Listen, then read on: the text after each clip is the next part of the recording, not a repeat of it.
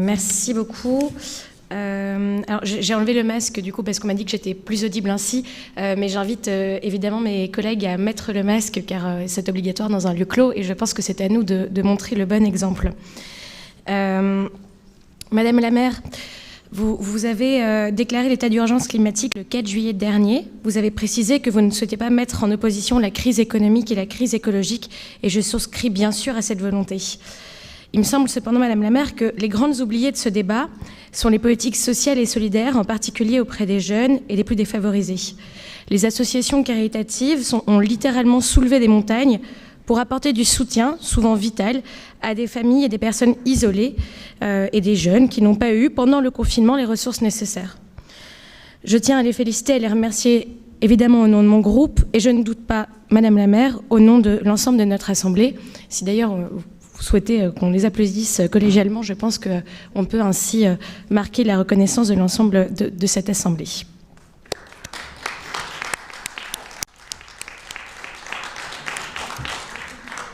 Je remercie la ville, du coup bénéficie ainsi d'un tissu associatif incroyable, déterminé et solidaire. Nombre d'associations caritatives, mais également d'étudiants, des associations de jeunes œuvrant pour les jeunes, font part de leur inquiétude pour la survie de leur association durant l'été et à la rentrée, et donc pour celles et ceux qu'ils aident et soutiennent.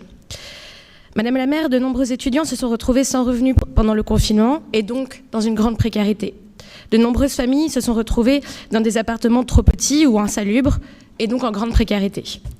De nombreuses personnes âgées et isolées se sont retrouvées encore plus seules et enfermées et donc en grande précarité. Toutes et tous ont pu survivre grâce à l'engagement d'associations et de bénévoles, mais aussi grâce à l'investissement de jeunes en service civique. Pour ces personnes qui ont bénéficié d'une solidarité citoyenne inédite, les conséquences économiques et sociales de ce confinement sont encore lourdes. Ces concitoyens sont, dans un sens, encore confinés. L'activité économique n'a pas encore tout à fait repris, les entreprises ne sont pas forcément en mesure d'embaucher, les activités estivales ne seront pas toujours maintenues. Ainsi, Madame la maire, nous devons penser à celles et ceux qui prennent soin des autres. Est-il possible de mettre en place un plan de soutien d'urgence pour les associations caritatives dès cet été ? Quel accompagnement et quelles aides allez-vous mettre en œuvre pour les soutenir dans leurs actions consacrées à l'intérêt général ? Enfin, de nombreux jeunes sont prêts à s'engager volontairement pour contribuer aux politiques de solidarité de la ville dans le cadre de services civiques.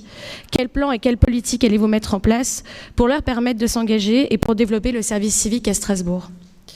Madame la maire, je me permets d'attirer votre attention sur la nécessité de prendre en compte au plus vite l'urgence sociale dans laquelle notre ville se trouve et de soutenir ces héros du quotidien que sont les bénévoles d'associations et les jeunes en service civique.